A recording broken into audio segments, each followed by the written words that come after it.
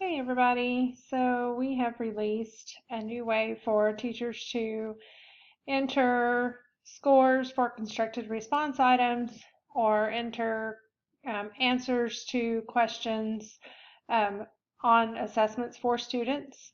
Entering answers has always been an option for teachers to use as long as that's enabled on the assessment itself. And so we're going to show you how that works in the new system. So under Test Available, I'm just going to click Enter Answers. I'm going to choose a class period and load students.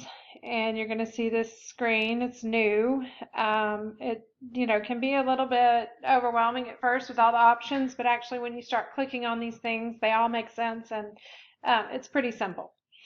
So the first toggle I'd like to talk about is the fact that you can view the answers by questions, or you can view answers needed by student. And so you have two options there. Or I can just go down and select a student. So I can select Anthony. And if I'm only concerned with entering his constructed response items, I could filter down to just the two constructed response items that he has. I can view what he typed, which he did not answer either question. I can preview the question, and I can preview the rubric here. So again, I can view what he typed, and I can preview the question and preview the scoring guide.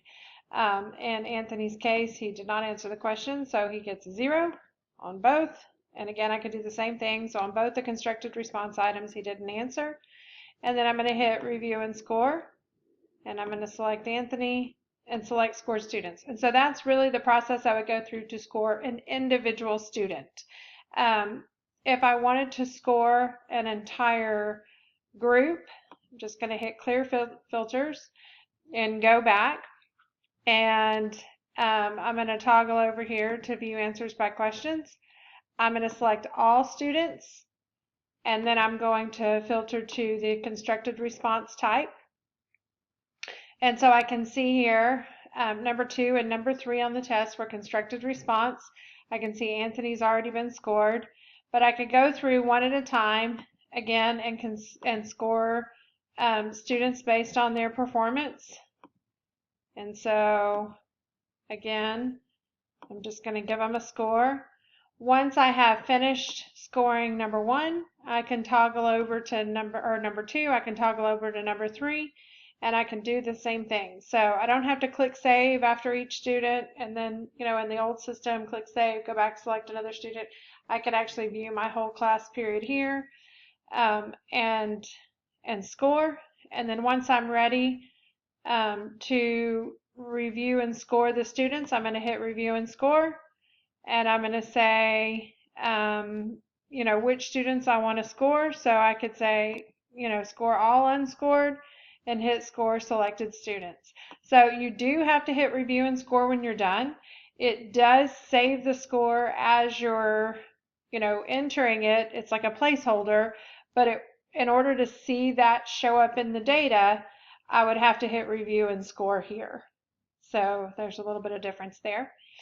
If, say, for instance, this was a student inventory at the kindergarten level, and I was, entering that data, for the students as they, as they read aloud or sound things out or identify colors or shapes or whatever it is that they're doing. When I do that, I could filter, of course, to all question types and view all students. Clear filters. So I could select an individual student, and I could enter the information for each question as they answer it. So toggling across the top. So we got a few options here for you to do this, and then of course do the same thing for the next student. Go through the student list here, or I could say let's view all unanswered questions, and this would be the whole test for Anthony May, so Anthony's whole assessment.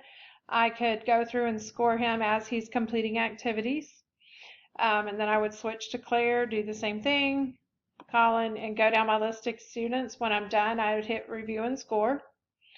I have another option here shows me that I have 2 items that are constructed response items that I need to score. So I could hit score these questions.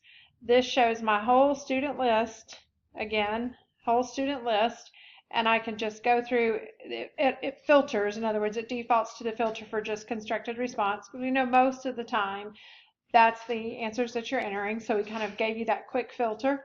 Again, I can score all students for both questions, hit review and score. I can look at this box here, tells me that I have 7 questions with missing responses. So again, this would show me the 7 questions, these 7 questions at the top. If there were 30 questions on the test, it would say 30 questions, however many questions where students have not answered.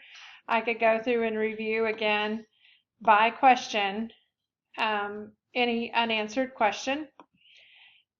If I switch it over here to the view by students, and then I hit score these questions, and then I select a student, it's going to show me for Anthony May his 2 constructed response. Remember, I filtered it to constructed response. And so again, there's several ways to get to the place where you enter student answers. I think you kind of have to click through this and figure out what works best for you. You may simply go to this viewing by individual students. Or you could, again, filter for just constructed response. Again, there's several ways to get to those screens. You just kind of have to play in here. We've also included a link to the help article here, which is nice, so that you can get directly to the help article over this new page. The biggest thing I would say, take away from this video, is don't forget to hit review and score.